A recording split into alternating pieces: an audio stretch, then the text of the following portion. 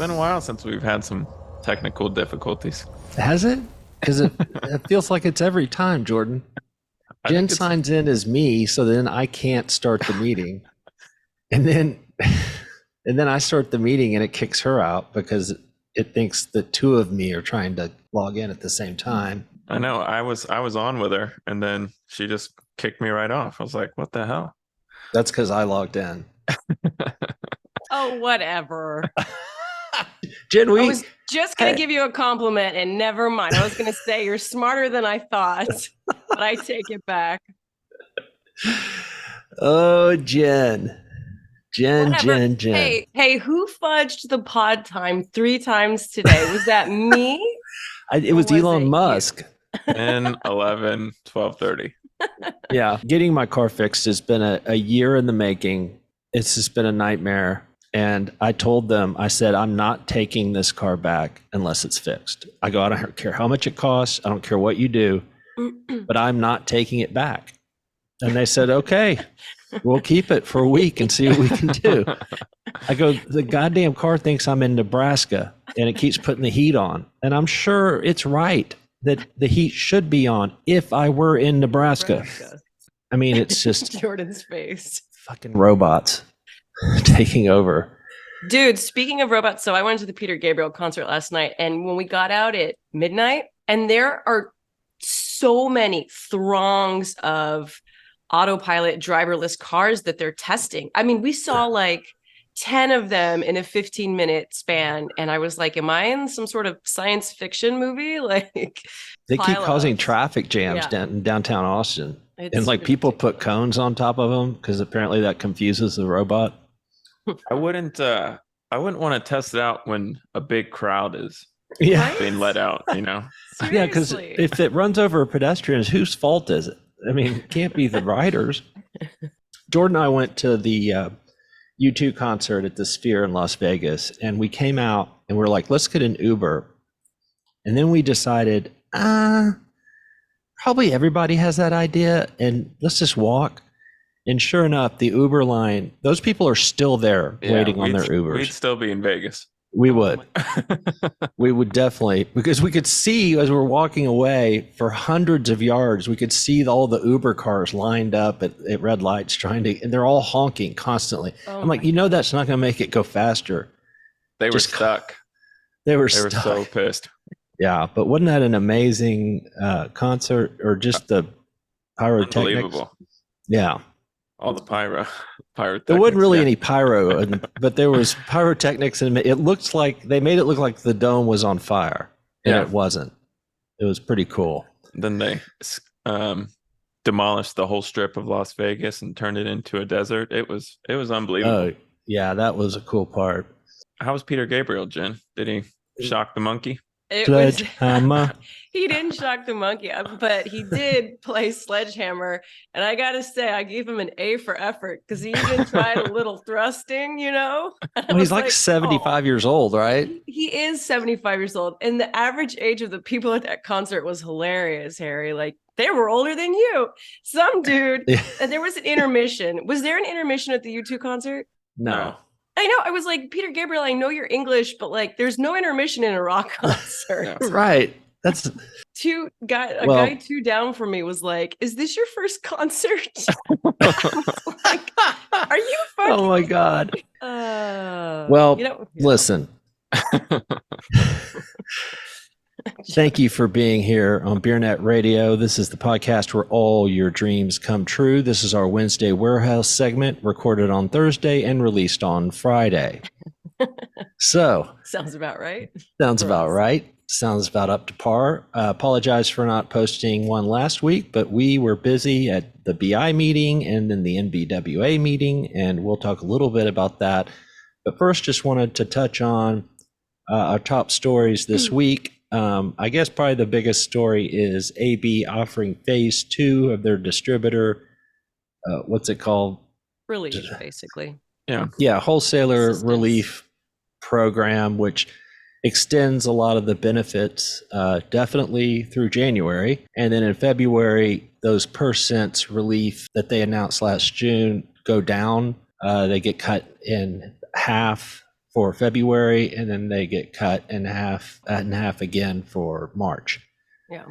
Credit will be extended through March, and then there's a new incentive plan that you take your share from last quarter, or compare it to your share this quarter, and whatever share you've gained, or what am I trying to, not last quarter, it's whatever share you've lost since last year that you've gained back, you get paid for. So clearly they're trying to incent to get out of this negative 30% rut that Bud Light's been in since June, and trying to incent people to bump that up rather than paying them for having bad share. Right.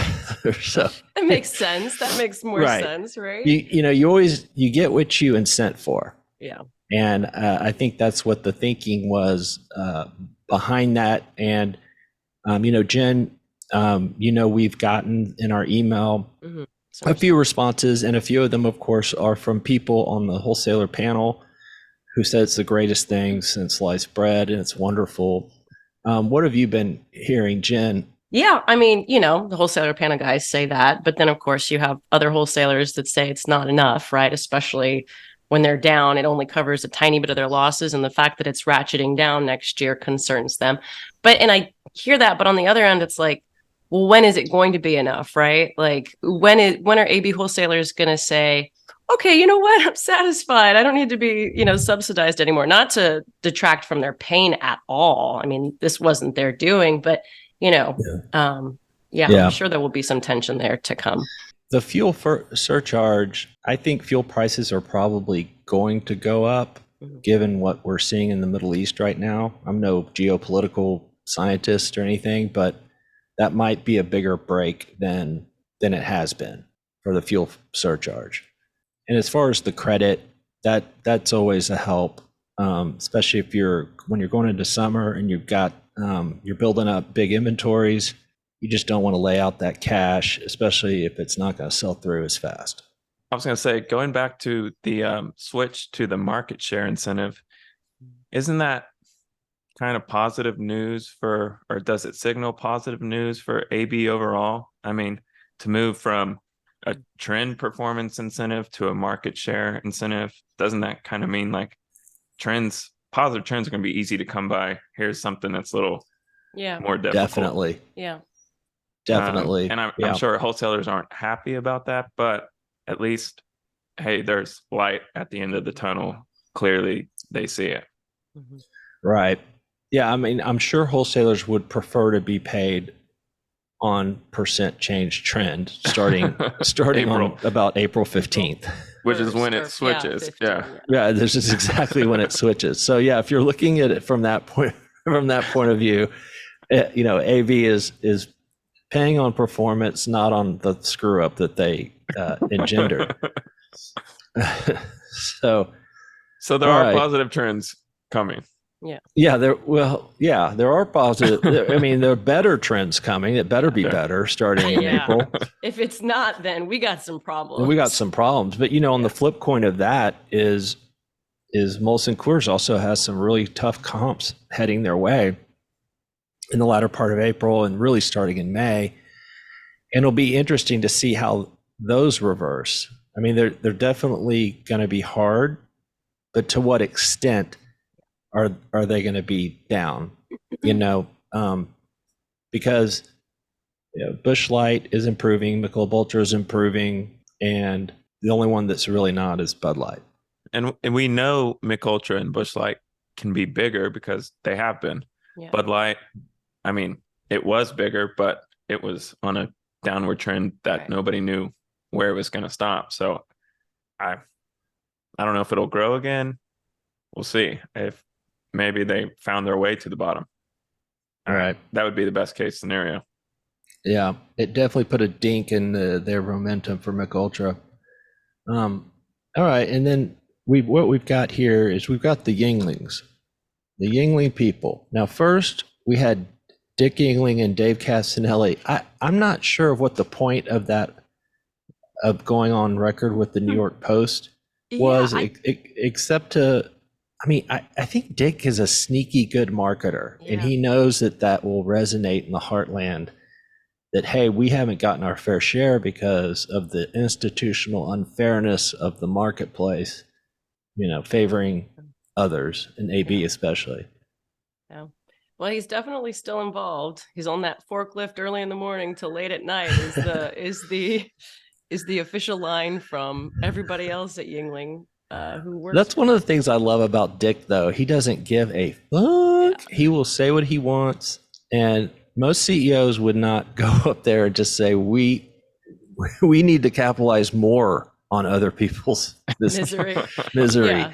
And but Dick's always been that way. He's always felt like he's been cheated out of shelf space and cheated out of distributor focus. And he's right. I mean, if you're in a Miller house, and then now if you're in a Constellation house, especially in an AB house, you're just not going to be in that top tier of focus for those guys, for better or worse. And it's just something he's always had to deal with. And AB and Yuengling have always kind of had bad blood too, right? With with them, AB denying their appointed wholesalers in new states, and so right. Yeah, Mississippi comes to mind. Yeah. There's always been a big rivalry because Yuengling goes right up. Lager goes up right against Budweiser. I mean, you can plot Budweiser's decline and Yuengling's rise in those markets that they're in pretty closely, especially when they launch. When they launch a new state, you can just see the Budweiser share just drop immediately. You had a piece, Jen, about their strategies for building out their low calorie portfolio. Yeah. And was that an interview you did with Pat or somebody? Yeah, Pat Pacunas, GM of the Yuengling JV, and then Colin Callahan with actual Yuengling. He's like their sales and marketing. And it was really interesting. I mean, they're moving the needle in terms of, the overall portion that is of their business from like mid-teens to 20 something now this year. They're planning new marketing. They are seeing some shelf set gains, but they're trying to be very measured about how they say that. They're like tempering the expectations, like, well, we're going to be a few gainers. Well, of course you are. But I was actually surprised that we didn't get more of a reaction when we broke the news that in the JV they're bringing on the Milwaukee brewery to help fulfill demand. I think that's a pretty damn big deal because I don't think they know the upside of demand. They haven't even been able to scratch the surface of that. So I think that'll be really interesting to watch. That should come on by end of year. So right. And that had to happen. I know that they were getting shorted by just being out of the Miller's Fort Worth brewery. I think Pabst has dealt with the same issue of not being able to produce enough out of that brewery. And then, Pabst will be switching all of its production. When does that happen, Jordan? End of this year, I think. Yeah. To City Brewing. Right. Which they're tied up with. And so. Right.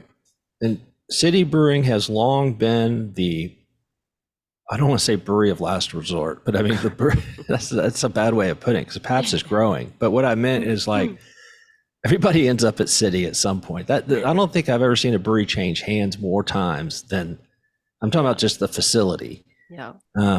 Different owners, different investors. It's perfectly situated to be a contract brewer as far as location. And it's a decent brewery, and it's got space. So, all right. And so, what else are we talking about today, Jennifer? Oh gosh, we're covering the Mark Anthony brand show. Bianca's down there, so we'll be running that tomorrow. We told her all the things to definitely listen for, White Claw NA, other innovation, what they're going to do with all that capacity. Yeah. No, hey, Jen, have you gotten any packages yesterday or today? No, why? Did you order me a large plant? Because I killed the last one. Well, so you know what? Just folks at home, just check back next week. Oh, wait, I did. Wait a minute. Hold on. No, you did. It wasn't the package. Well, you know what? It's coming today. Is it my Chilada time neon? You might, I'm not giving you any indication.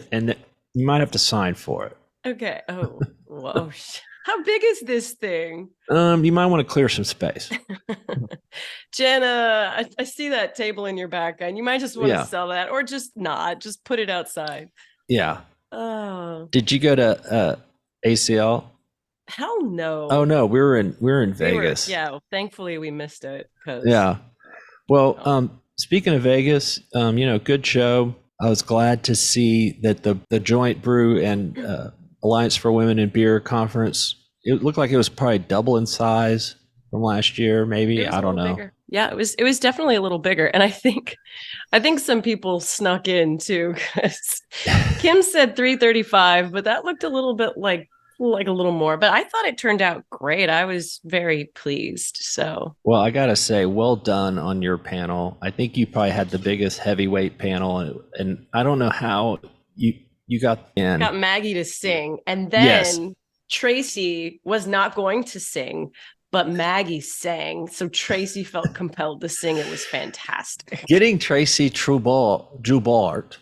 to sing that Joubert, that was something else, Jen. I mean, she's very distinguished, and just to Yes. have her belt. Which song did she belt I out? think it was "I'm Walking on Sunshine." I'm walking on sunshine.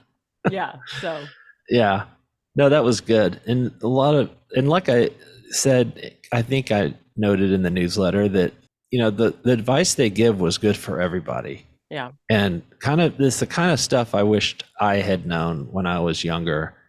And I also learned things that I just didn't know today, even at the advanced age that I am. So Old good enough to go to a stuff. Peter Gabriel concert. God, Peter Gabriel, I can't believe he's still touring. And he Where- wears the same thing every time. It's like this button-down tunic with these like jester sleeves. I don't know. Jester sleeve. That's very 90s. Was it at the Moody Center? Yeah. Okay. Yeah. That's cool. All right. And Jordan, where are you going this weekend that you're taking tomorrow off? And who approved this? Jen, you approved Jordan to have a day off? Poor Jordan. Yes. It's my sister's wedding, Harry. So Just this little thing. yeah. Okay, I guess that's all I need right. to be there. I have a big speech to give tonight, and then the wedding is actually Sunday or Saturday, and Lenny will be the flower girl. Yeah. We're working with Oh. her. She needs a little more instruction, a couple more run throughs. She's just dumping all the flowers out right It's now. really cute. I hope she doesn't embarrass the entire family. Tell her that I said that this is you need to buck up. Quit acting your age. She's leaving if she doesn't do it right. I mean, yeah, She's out of there. out of there. No, I saw Jordan showed me a video. Leslie's like, okay, now, throw out the flowers, or what did she say? And yeah, Lenny just goes, boop. But she's incredibly smart. That was the most efficient, effective way to do what was asked of her. Task completed. That's She's great. adorable. She is so cute. Like She is a cute. cute baby. Yeah. Not a I don't baby. really even like babies, but I like that one. So, all right. Well, I'm just glad that we have a couple of weeks without travel, or at least I do. I don't know if y'all do, but my next travel is, I meant to tell you, I went to ask you guys, I cannot go to Benja's conference this year. I'm going to be in Miami. So I'm going to need somebody probably to go cover it.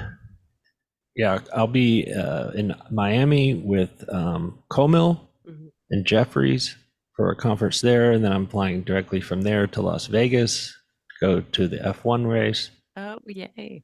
and then I'll be home, hopefully through the end of the year. And because we're only about 9 or 10 weeks away from the Beer, Wine, and Spirits Summit, and I think our lineup is fantastic this year.